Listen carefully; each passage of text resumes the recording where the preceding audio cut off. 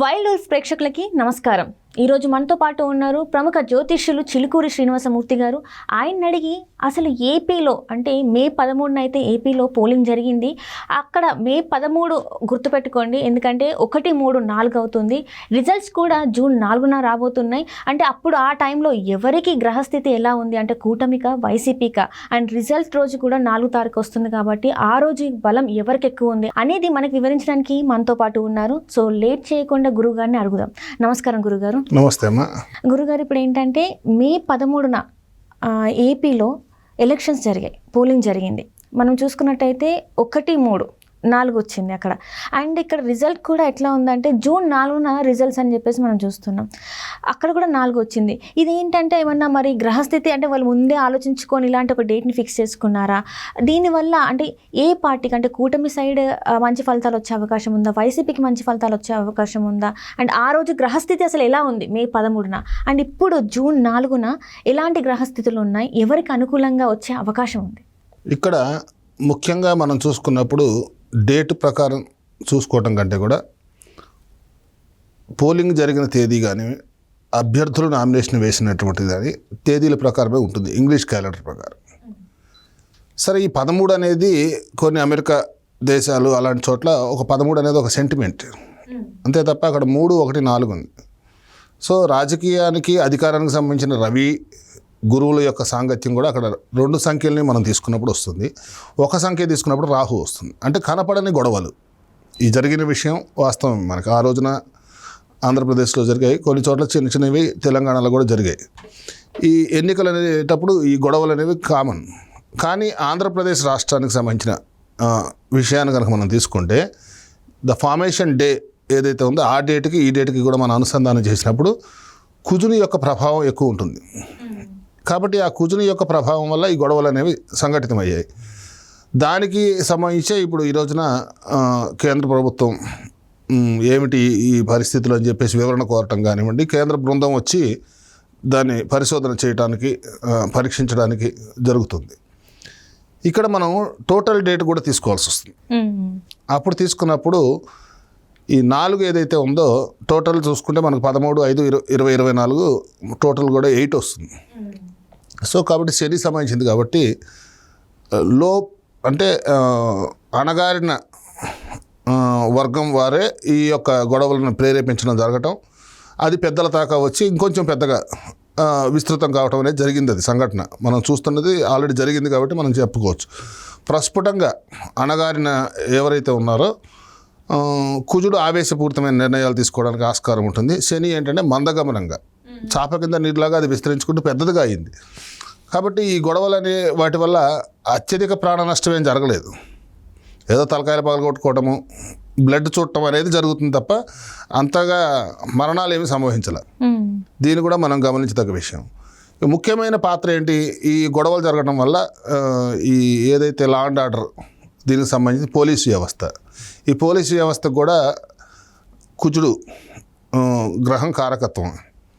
అందువల్లనే వాళ్ళకి అపవాదు రావటము, వాళ్ళని కేంద్ర ప్రభుత్వం పిలిచి ఆరా తీయటము. చూడండి, అక్కడ కూడా మీకు ఎక్కడ సస్పెన్షన్ వేటు పడలా. ఎందుకంటే అధికారం కోల్పోవాలి. ఇలాంటి సంఘటనకు మీరు బాధ్యులయ్యారని చెప్పేసి అన్నప్పుడు ఓ వ్యవస్థ దానికి ఉన్నప్పుడు ఆ అధికారం కోల్పోకుండా అది కూడా ఉంది కాబట్టి ఇక డేట్ ప్రాముఖ్యత అనేది లేదు అని చెప్పుకోవచ్చు. ఇది సైకలాజికల్ ఫీలింగ్. అంటే 13 అనేది ఒక సైకలాజికల్ ఫీలింగ్. 13 అనే సంఖ్య మంచిదే. అందుకనే మనకి ఎక్కువగా ఈ 13 సంఖ్యని ఈ జపాన్, జర్మనీ ఇటువంటి వైపు వాళ్ళు కొంచెం ఎక్కువగా సెంటిమెంటల్గా వాళ్ళకి ఏదో ఒక జరిగింది, ఆ ఘటనని దృష్టి పెట్టుకుని ఆ డేట్ని త్యజించడం అనేది జరిగింది. ఇక్కడ డేట్ కంటే కూడా ముఖ్యమైనటువంటి గ్రహాల యొక్క స్థితిగతులను కనుక మనం మన ఉగాది నుంచి చూసుకుంటే ఈ జూన్ వరకు కూడా ఈ అల్లర్లు జరిగే అవకాశం ఎక్కువగా ఉంటుంది. జూన్ 26 వరకు కూడా. మొన్ననే గోచారంలో బృహస్పతి మారటం జరిగింది, అలాగే శని కూడా మారడం జరిగింది. కాబట్టి ఈ మార్పు వల్ల ఏదైతే మారక స్థానాలు ఉన్నాయో ఆ స్థానాధిపత్యాన్ని బట్టి కొన్ని స్థానాల్లో ఇంకా మనకి ఇప్పుడు ఇంకా కొన్ని ఎలక్షన్స్ కూడా ఉన్నాయి, అక్కడ కూడా చాలా అల్లర్లు జరుగుతాయి. కాబట్టి ఇక్కడ కుజుడు శని యొక్క సంయోగం వల్ల ఈ గొడవలు అనేవి జరగడానికి ఆస్కారం ఉన్నది. కాబట్టి లా అండ్ ఆర్డర్ ఏదైతే ఉందో అది పటిష్టంగా వాళ్ళు చేయాల్సిన ఆవశ్యకత ఉంటుంది. రాజకీయ నాయకుల యొక్క ప్రమేయం ఎంతవరకు ఉందంటే కొంతవరకే ఉంటుంది. కాబట్టి అణగారిన ప్రజల నుంచి, అంటే వాళ్ళ యొక్క ఏదో అసమ్మతిని చాటుకోవడము, లేకపోతే అసహనంకి గురయ్యి అసహనం కోల్పోయి అవతల వాళ్ళని ప్రేరేపించడం వల్ల ఉద్రేకపూరితమైన వాతావరణాలను నెలకొనడం అనేది ఇంకా మనకి జూన్ నెలాఖరు వరకు కూడా 25-26 వరకు కూడా ఇది కొనసాగుతుంది. క్రమేపీ ఇది తగ్గుముఖం పడుతుంది. దాని తర్వాత మనకి ఎలక్షన్ రిజల్ట్ తర్వాత దీని యొక్క ప్రభావం ఏమీ అంత ఉండదు. అంటే ఇక్కడ గురుగారు అక్కడ అంటే ఏపీ ఇప్పుడు మీరు అన్నట్టు ఎలాంటి ప్రభావితం లేదు అనుకుంటే ఆ డేట్కి ఆ రోజు గ్రహస్థితి ప్రకారం ఎవరికి అనుకూలంగా ఉంది అంటారు? ఇది మనం దీన్ని నిర్ధారణ చేసుకోవచ్చు. ఎందువల్లంటే అక్కడ 3 పార్టీలు కలిసి ఒక కూటమి ఏర్పడటం, ప్రతిపక్షాలన్నీ కలిసి ఏకమవటం, అలాగే ఉన్న అధికార పార్టీ ఏదైతే ఉందో దాని ప్రభావం కోల్పోతుందని గతంలోనే చెప్పుకోవడం జరిగింది. ఇక 13వ తారీఖు వచ్చేసరికి శని యొక్క బలం ఏదైతే ఉందో ప్రస్ఫుటంగా చంద్రబాబు నాయుడు గారికి, ఇప్పుడున్న ఆ కూటమికి అధ్యక్షత వహిస్తున్న ఆయనకి అనుకూలమైనటువంటి పవనాలు ఎక్కువగా ఉన్నాయి. ఖచ్చితంగా ఆయన ముఖ్యమంత్రిని పదవిని చేపట్టే ఆస్కారం ఎక్కువగా ఉంది. కాబట్టి ప్రలోభాలు ఏవైతే ఉన్నాయో ఏది ఏమైనా కానీ ఓటింగ్ అయిపోయింది.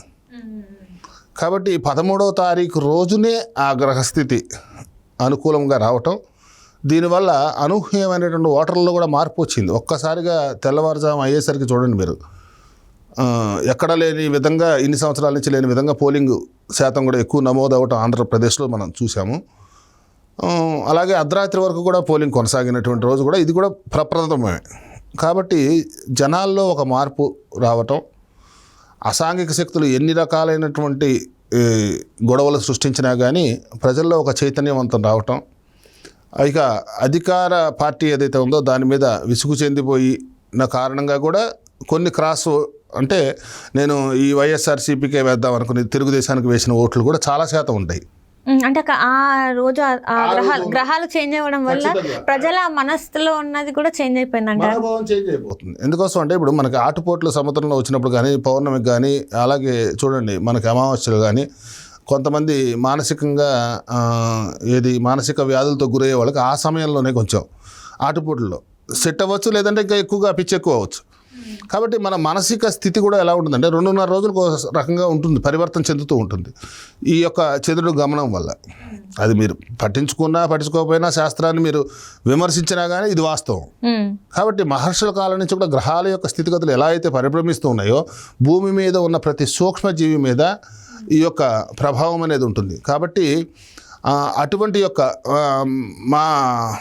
మనో చాంచల్యం వల్ల పోలింగ్ అయిన ఓట్లు కూడా ఈసారి అత్యధికంగా ఉన్న ప్రతిపక్ష పార్టీలకి అనుకూలంగా మారే అవకాశాలు కూడా ఎక్కువగా గోచరిస్తున్నాయి. రైట్ గురుగారు, అంటే మే 13న ఎలాంటివి చోటు చేసుకున్నాయో మాకు వివరించినందుకు ధన్యవాదాలు గురుగారు. ఓకే.